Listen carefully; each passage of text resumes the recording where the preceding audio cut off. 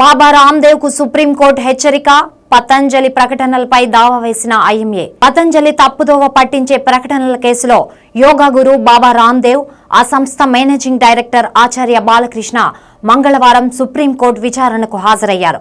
ఈ సందర్భంగా తమ ఆదేశాలను పాటించడంలో విఫలమైనందుకు బాబా రామ్దేవ్ పై న్యాయస్థానం తీవ్ర అసహనం వ్యక్తం చేసింది. కోర్టు చర్యలకు సిద్ధంగా ఉండాలని ఇరువురిని హెచ్చరించింది. క్షమాపణలు కోరుతూ పతంజలి సంస్థ ఇటీవల దాఖలు చేసిన అఫిడవిట్పై స్పందిస్తూ మీ క్షమాపణల పట్ల మేము సంతృప్తి చెందలేదని వ్యాఖ్యానించింది.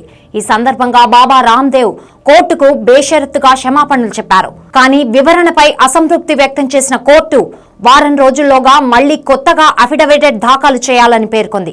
ఏప్రిల్ 10న మరోసారి న్యాయస్థానం ఎదుట వ్యక్తిగతంగా హాజరు కావాలని జస్టిస్ హిమా కోహ్లీ, జస్టిస్ అహ్సానుద్దీన్ అమానుల్లా ధర్మాసనం ఆదేశించింది. అంతేకాదు, కేంద్ర ప్రభుత్వం చర్యలు తీసుకోకపోవడాన్ని తప్పుపట్టింది. మేము ఇంతలా ఆందోళన వ్యక్తం చేస్తుంటే కేంద్రం కళ్లు మూసుకొని ఉండిపోయిందని ధర్మాసనం తీవ్ర వ్యాఖ్యలు చేసింది. అనంతరం తదుపరి విచారణను వాయిదా వేసింది. ఆధునిక వైద్య విధానాలపై తప్పుడు ప్రచారం చేస్తున్నారంటూ పతంజలి సంస్థపై సుప్రీంకోర్టులో ఇండియన్ మెడికల్ అసోసియేషన్ పరువు నష్టం దావా వేసింది.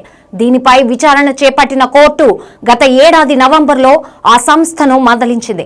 పతంజలి ఉత్పత్తులు వివిధ రకాల వ్యాధులను నయం చేస్తాయంటూ అసత్య, తప్పుదోవ పట్టించే ప్రకటనలు ఇవ్వొద్దని, లేదంటే కోర్టు తీవ్రంగా పరిగణించాల్సి ఉంటుందని హెచ్చరించింది. ఇకపై ఎలాంటి ఉల్లంఘనలు జరగవంటూ అప్పట్లో ఆ సంస్థ న్యాయవాది కోర్టుకు వెల్లడించారు.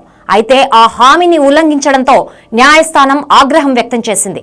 వారిపై ఎందుకు చర్యలు తీసుకోకూడదో తెలియజేయాలని బాబా రామ్దేవ్ పతంజలి ఎండీ ఆచార్య బాలకృష్ణకు నోటీసులు జారీ చేసింది.